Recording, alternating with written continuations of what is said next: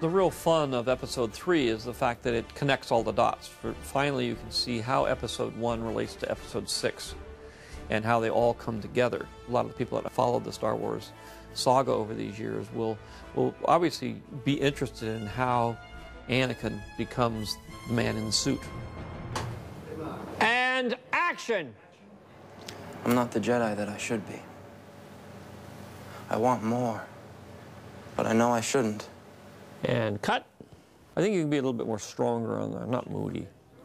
And I think when you say, I want more, but I know I shouldn't, you can turn away. You know, I want more, but so when you're saying, I know I shouldn't, you're turning away. I know I shouldn't. You know, you got to remember this is one movie, and it's meant to be seen 1 through 6. So I think when you watch the actual movie in order, the story will become very clear that Anakin is the chosen one. You refer to the prophecy of the one who will bring balance to the Force. You believe it's this boy? And even when Anakin turns into Darth Vader, he is still the chosen one. Oh, when you're a kid, you know, he's the pinnacle of all evil. There is that mystery there, you know. He is a man behind a mask, and up until now we didn't know who that man was. So it allows, you know, the audience to really instill their own imagination into that character and make that evil whatever they want it to be. Commander, tear this ship apart until you found those plans and bring me the passengers. I want them alive. There will be more depth, though, to that evil because it's not a conscious, you know, choice that he's made. Darth Vader became such an icon in the first film, Episode 4, that that icon of evil sort of took over everything, much more than I intended. If it had been one movie, that wouldn't have happened. He would have been revealed to be this pathetic character at the end of the movie. But now by adding Episodes 1, 2, and 3, people begin to see the tragedy of Darth Vader as what it was originally intended to be. You are part of the Rebel Alliance and a traitor. Take it away! And I like the idea that the person you thought was the villain is really the victim. And that the story is really about the villain trying to regain his humanity. It becomes really the story of Darth Vader's redemption. The sort of transition into the dark side was where I was wanting to go from the very get-go.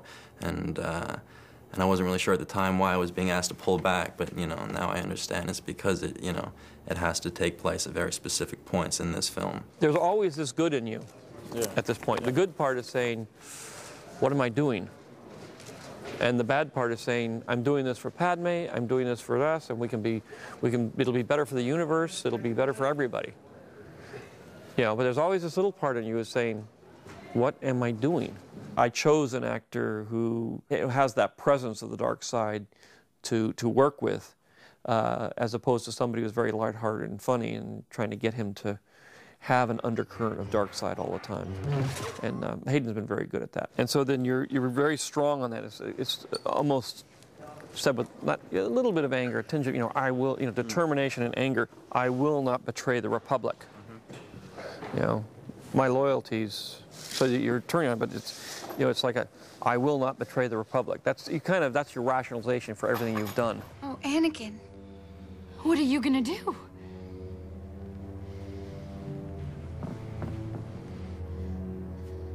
I will not betray the Republic. Nobody who's evil thinks of themselves as evil. My loyalties lie with the Chancellor. They always believe they're doing good, even though they're not. And so it's a matter of how does a person who is good turn to becoming an evil person. Well, he is under a lot of stress, Artu. Where we left him in Episode 2, he was consumed by conflicting emotions. His love for Padme, a resentment of his Jedi obligations, you know, and the restrictions that placed on his life, a feeling that he was being held back, a lust for power, which was really magnified by his mother's death, and a fear, which is important, a fear that such an occurrence could happen again. As a very wise man once said, Fear is the path to the dark side. Fear leads to anger. Anger leads to hate. Hate leads to suffering.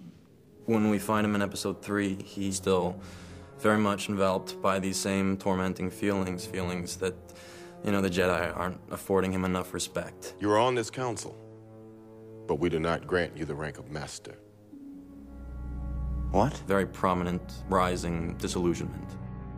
You know, as you start complaining, there's got to be a little bit of anger behind it, a little bit of frustration.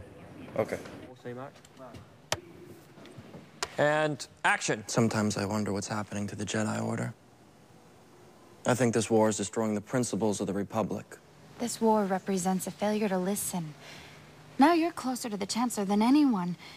Please ask him to stop the fighting and let the diplomacy resume. Don't ask me to do that.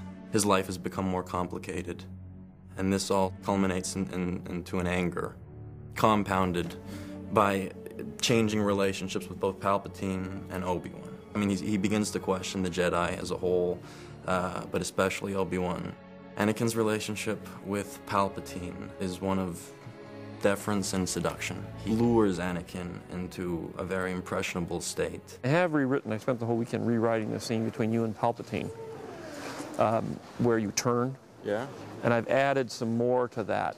I've stretched it out a bit and made it a little bit, given you a little bit more to go on in terms of him pulling you in. I hope you trust me, Anakin. Of course.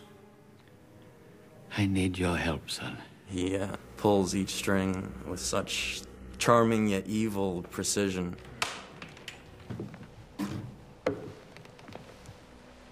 You wanted to see me, Chancellor? Yes, Anakin, come closer. I have good news. It happens once the Emperor starts to work on him and make him doubt things, make him doubt his relationship to the Jedi, make him doubt what is good in the universe. He throws out the possibility that he could keep his wife and save her from death. These are all seduction things, which causes a great deal of turmoil in Anakin. He had such a knowledge of the dark side, he could even keep the ones he cared about from dying. Is it possible to learn this power? Not from a Jedi. This is where he finally succumbs to the influence of the devil. Anakin has turned to the dark side. The Obi-Wan-Anakin fight is an amazing battle. I've already been knighted, if you will, Darth Vader. Darth Vader's fighting style is much more aggressive and much more brutal than Anakin's. I think that the end fight where Anakin and Obi-Wan try to resolve their differences, Obi-Wan comes out with the better hand. But I think that's a result or, derivative of Anakin's emotions and not being able to focus them and control them, which is just, the root of Anakin's inabilities. You underestimate my power! Don't try it! He's got to jump down, and we could do it in two pieces. Okay. He's got to jump down, and as he comes over, he's got to cut him. Yeah, and then you've got to go. Then we can do the second piece where he lands and rolls down. Okay. You want to do that, or you want to have a stunt guy do that? I'll do it if you'd like me to. That's up to you. Yeah, sure. I mean, it's kind of rolling sideways in the dirt. Well, if you think you'll see my face and it's worth having me do it, then probably. I'm happy to do it, yeah.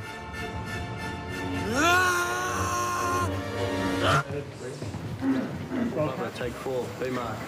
Yeah. And action! Don't ask me, Anakin! Said you would destroy the Sith, not join them! And cut! You do that little turn and you look back. If we move more of it as you were going up the hill, so that if when he bursts into flames and stuff, it's not like you're standing right next to him.